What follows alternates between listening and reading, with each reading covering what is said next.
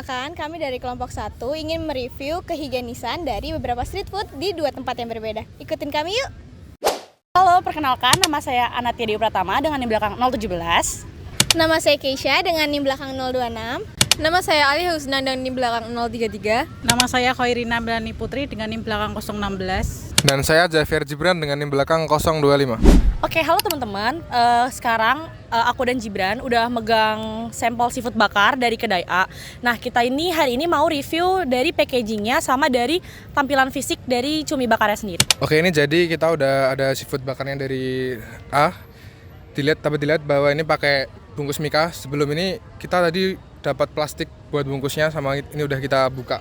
Kelebihan pakai mika sendiri itu dapat menjaga makanan tetap tertutup dan terlindungi dari debu, serangga, dan kotoran dari lingkungan terbuka.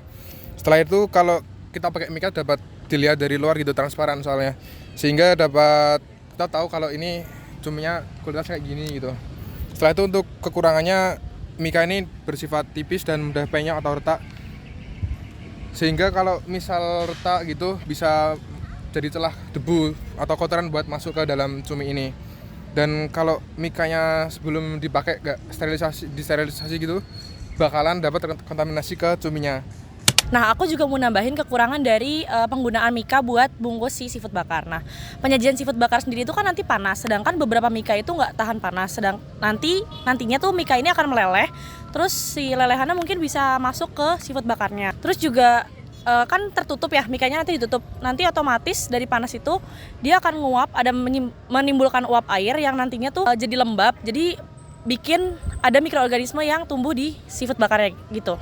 Hai guys, jadi kita mau review dari segi fisiknya ya. Nah, kalau dari segi fisiknya itu kita lihat dari 2 aspek. Yang pertama itu dari karsinogenik atau tidaknya, Sama dan kematangannya. yes, betul banget, sama kematangannya. Nah, kalau tadi aku udah coba itu kematangannya tingkatnya pas, udah empuk dan kenyal, gak ada area-area atau spot yang gak matang. Jadi insya Allah matang sempurna dan ditorcnya kurang lebih 5-10 menit. Jadi kan di sini tuh kelihatannya nggak yang terlalu gosong gitu ya. Jadi ini nggak termasuk karsinogenik gitu sih. Tapi mungkin kalau misal dibakar lebih lama bisa jadi karsinogenik dan bahaya bagi yang mengkonsumsi. Bener banget. Kita next ke review selanjutnya ya guys. Nah, secara penyajiannya kalian bisa lihat sendiri, ini tuh dapat selada dan tadi dapat saus 2 juga.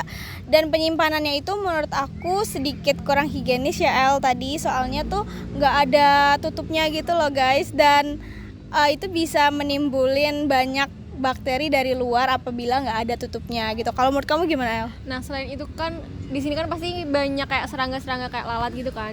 Kalau misalkan lalatnya bisa nyentuh ke cumi yang nggak ditutup tadi kan bisa nambah kotornya gitu kan. Jadi mungkin bisa lebih bahaya sih. Iya benar, kalau menurut kita gitu guys. Kalau menurut kalian gimana? Kita sekarang udah lanjut ke kedai yang kedua. Ya kurang lebih sama ya.